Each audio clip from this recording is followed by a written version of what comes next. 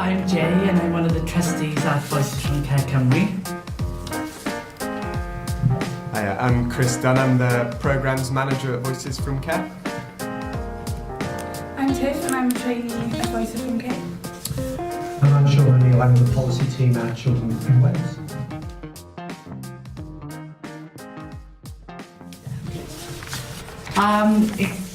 It was something that I definitely did not expect. Obviously, with all how the media portrayed about what goes on in children's homes, I wasn't looking forward moving into it.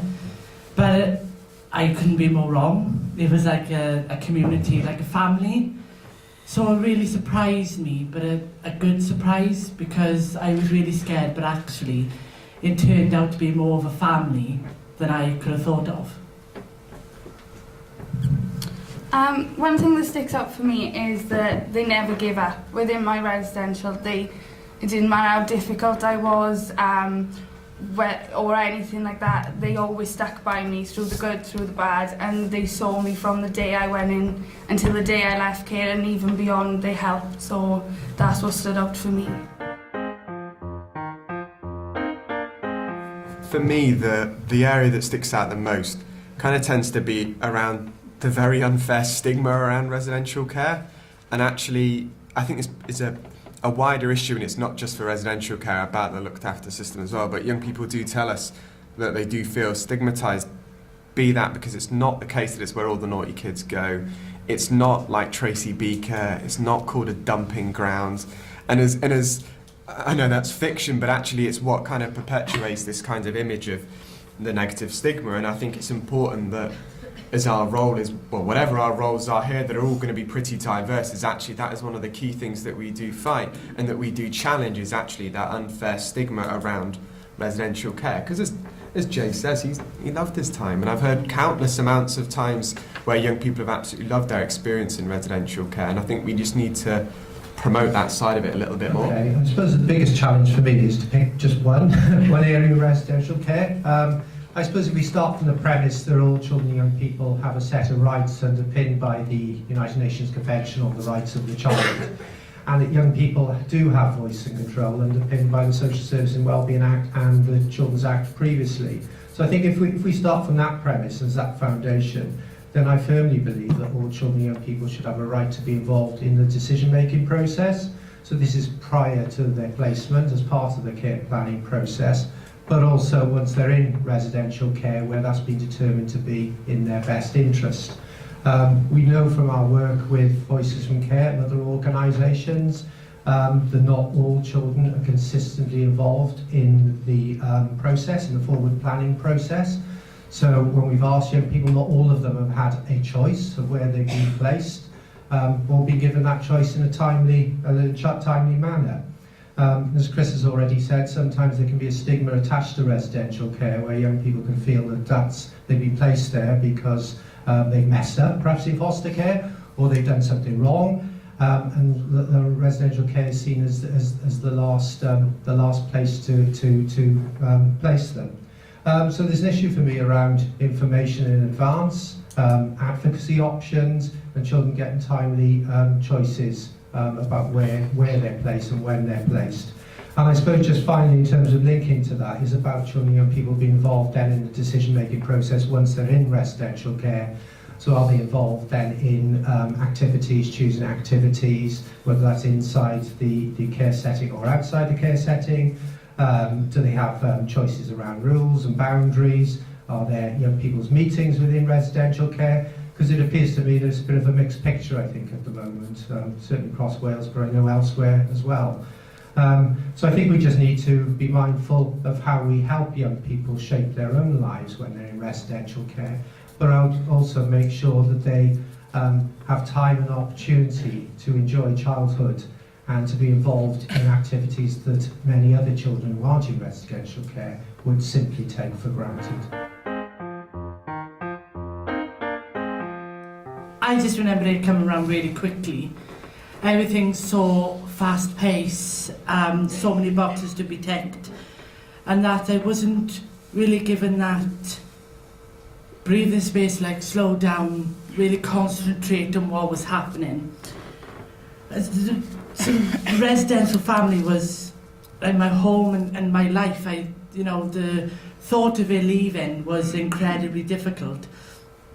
And then, of course, loneliness then, as I'm sure Tiff will agree as well. Loneliness is a massive part of leaving care. You are surrounded by loads of people day by day, so suddenly be on your own, it comes to quite a shock. And having to build up new friendships and connect with the family again can be really hard as well. But it's not all negative, there are positives. Making new friends, having another family that I got through Voices, even though I give them grey hair. So it's not all negative. As I said, I've got a brand new friendship group now, and I've built up those important bonds that I've had, and even better ones as well. My experience, now for me, I started planning to leave, I was prepared from 15. I was like, guys, I've only got 2 years left. And they had to tell me, Tiff, slow down. You've still got 2 years. But then when it came around, I thought I was ready to move on. I was so stubborn. I was like, right, I'm going into my own place. And they supported me to do that. And, even though they knew that maybe I wasn't as ready as I thought, they allowed me to be able to go on my own path and make my own mistakes to learn from those. But as they thought, I found it really difficult leaving care because for me, I wasn't able to stay in the area that I'd spent the last 3 years of my care experience due to not having connections in the area. So I had to move back to an area where I had previously lived, but I'd lost all connections. So I found it very difficult to build positive relationships and to know who to trust and who to allow into my life and who not to. But, because I was lonely, which is something a lot of young people seem to face whilst leaving care, especially going into independent living. Because as Jay said, you go from being around people 24/7, not even having a chance to think by yourself, to having hours on end where you just sat there with the TV and nothing else. But since leaving care, things do improve. It's difficult to start with, but once you build connections and friendships and positive relationships, things can get better, and then you start to progress in life. And it's all down to who you surround yourself with and how you are in yourself that determines how far you can go in life. It's that transitional period from you're living in an environment that a lot of young people describe as very loving, very supportive. Equally, a lot of other young people describe it as a complete pain in the ass. But swings and roundabouts. But it's actually you're leaving somewhere that you have people around you all the time, and then actually, even when there are some very good schemes, the ideas of training flats and things like that, where a young person can transition for say a month into their own flat and then go back into their residential home. But what we tend to hear a lot about is, and this is even from young people who are themselves pushing to leave residential care, is that first night when you're in your own flat and actually, as Jay said, you're used to noise. In the residential setting, you're used to all this noise, all this bustle around you, and actually that first night when the door closes, a lot of young people just get that realization and that dawning that they are alone.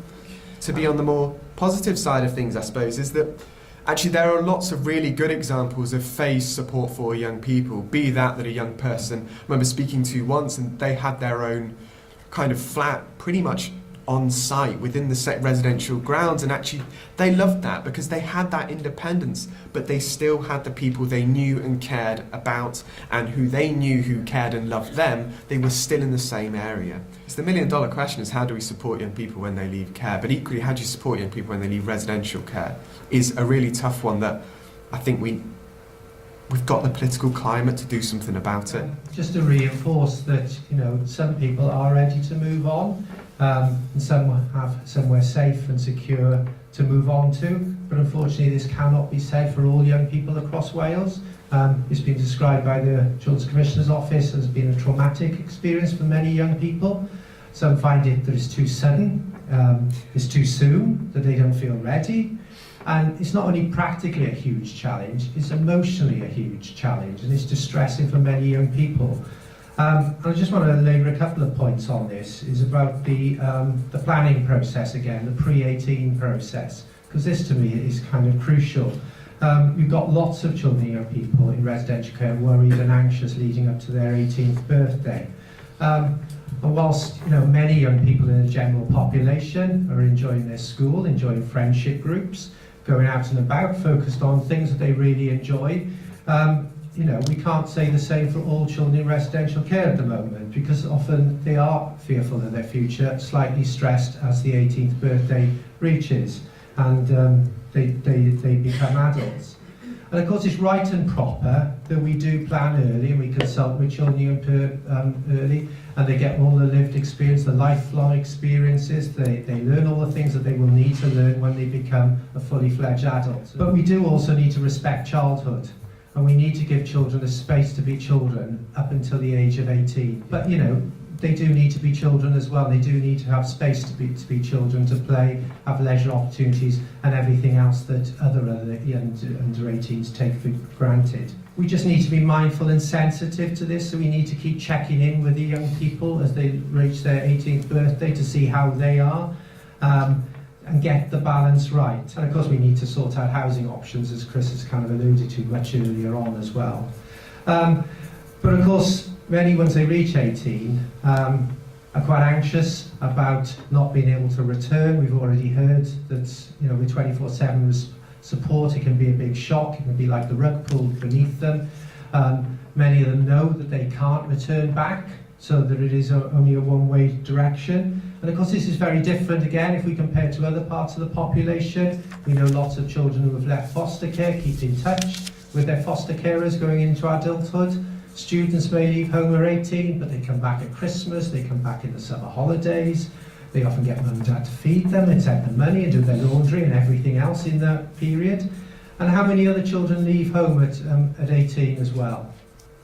Very few these days, and more are staying with parents or moving out and then coming back in, moving out again and coming back in. It's very different for children in residential care where there is only one option. Finally, those children that do move back to their birth families, we need to do more preparation with birth families as well. So we're supporting birth parents if they are going to be taking children back as well.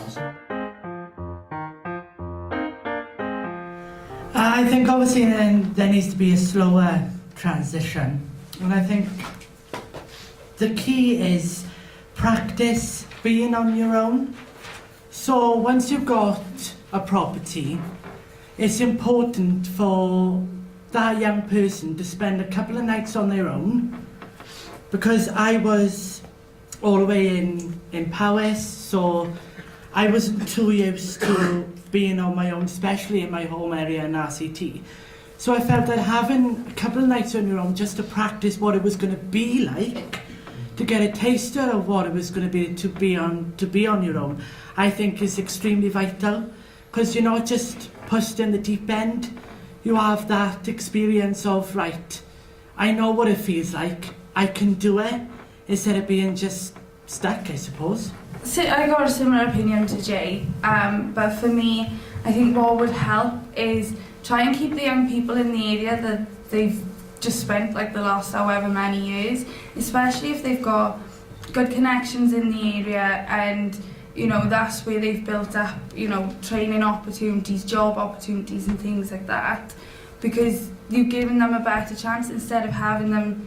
So, it's daunting enough to have to move out and be by yourself at the age of 18. It is, if you think about it, it is quite young, and it is a lot of responsibility, and it can be made even more difficult if you're placed in an area where you have no connections anymore, or if you do, they're not healthy. Especially if it, in my experience, I moved back to the area where I grew up, so the people I did know, they weren't safe to be around for me, and that kind of hit me back a little bit. So I think if I'd been able to stay where my residential was, then because I built all my friendships up there, then maybe I could have had a different path. And I think this is something I hear from a lot of young people as well is that they find it difficult to move away from where they've grown up, really. For me, how can transition to independence be improved? I mean, why can't all young people stay in care until they're 21?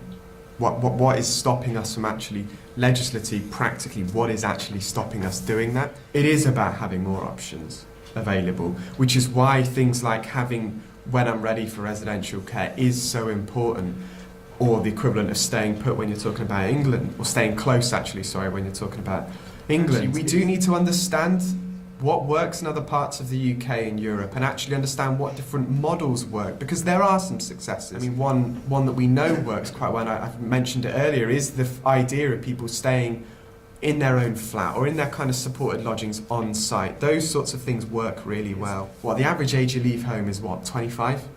We're expecting these kids to do it at 16 and 18, and it to me is totally unfair and unreasonable. So what is stopping us enabling young people to leave later? We do need to understand what works in other areas of the UK. But actually what we hear a lot more now is that emotional trauma, that sort of thing, is that actually we don't quite understand the impact of a young person, and Sean mentioned it, we don't understand that impact it has when a young person leaves that environment to then suddenly go live somewhere completely different. Those leaving residential care get the same level of support as those moving from foster care, and the welcome. We've also welcomed the additional support to make sure that care leavers get support up to the age of 25. When we transition, is 18 the right time?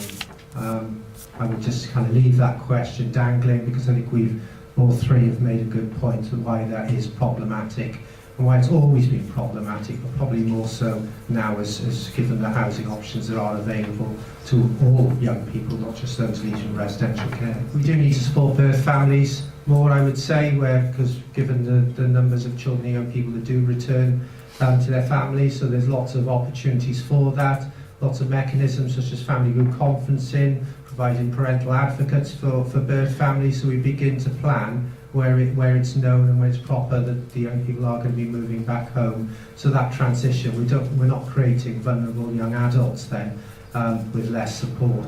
We do need to keep the right to keep in touch.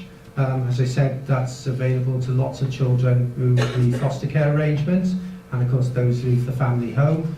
Particularly an issue has been mentioned, is a buzzword at the moment, loneliness and isolation. It is a big issue for children and young people, but particularly as the young people have already said, it's a huge challenge for them, where you're used to that support for 24/7 and you are just left on your own. And it's also, you're used to that kind of busyness, you're used to your peers around you, your friends, and people you've lived with for a long time, and it can be quite a gulf then if you're having to kind of manage on yourself, on very much on your own, or at least more independently than perhaps you're used to. So we do need to look at keeping in touch mechanisms, but also we need to look at the right to remain as well.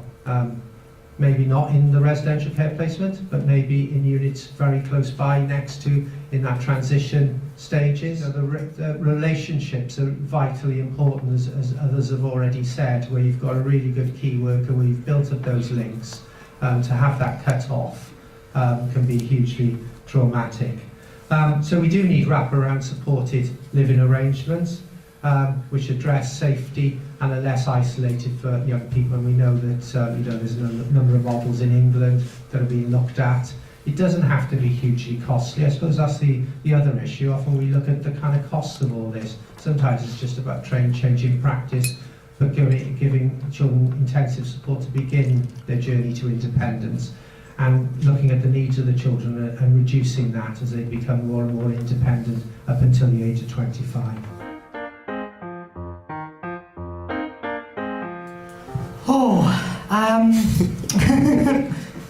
I think keeping links with, when you're placed out of county, keeping those essential links with your family and your friends is really, really important. So when young people who are placed out of county and they move back into their hometown, they already feel like they have kept that connection with friends and family. So moving is not as daunting as it should be, because they feel like they've already got the support network there, they've got friends, they've got family, they'll be okay. And also as well, keeping links with your residential home is really, really important. I weren't allowed to meet up with them, and that was really, really hard. So keeping those connections with the family that you've had for so and so years is extremely important. A lot of young people that I know feel left down by aftercare. So it's important that aftercare are there every single step of the way with the young person, supporting them in every single way that they can. For me, in the future of residential, I would like to see residential used as a main option for young people to live. I knew from quite a young age that a family setting wasn't suitable for me, and I knew that I'd fit in better within a residential setting. But in order for me to get into the residential, I had to break down every other placement they put me in.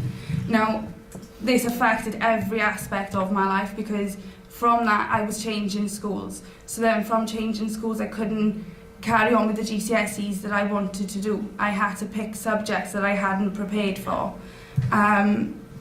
Whereas if I'd been listened to and I'd been put in a residential a lot sooner, I could have settled a lot sooner, and I could have possibly gone through and done the GCSEs that I had wanted to do in the first place, and I could be in a totally different situation now.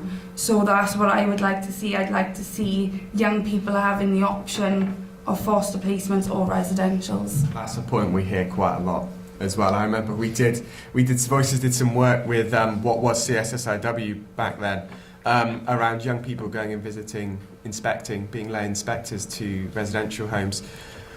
We went with 4 young people to do it. I think 3 of the 4 wanted to move in to the children's home where they were, and I think it's something that they were gutted that they were never given this option. The biggest family in Wales is the care family. It is the biggest family. In your local authorities, it will be the biggest family. You will be parent to the biggest family in Wales.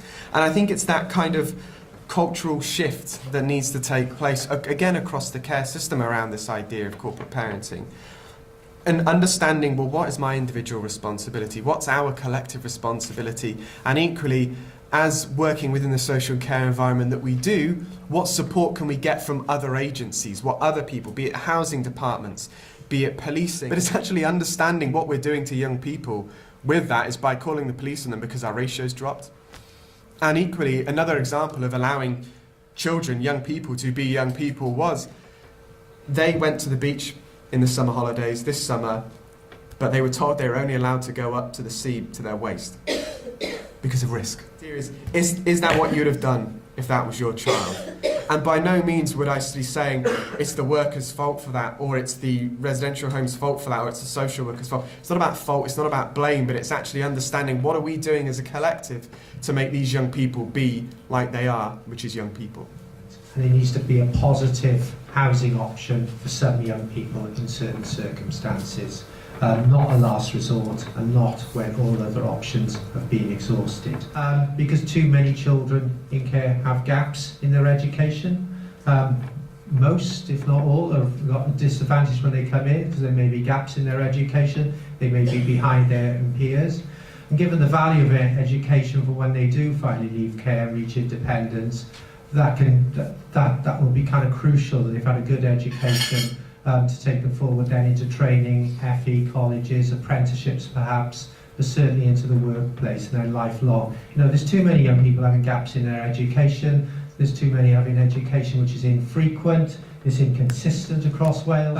We do need a staggered transition to independence, like I've already said, up until the age of 25, with a range of supported accommodation. So we're really implementing gradual pathways to independence.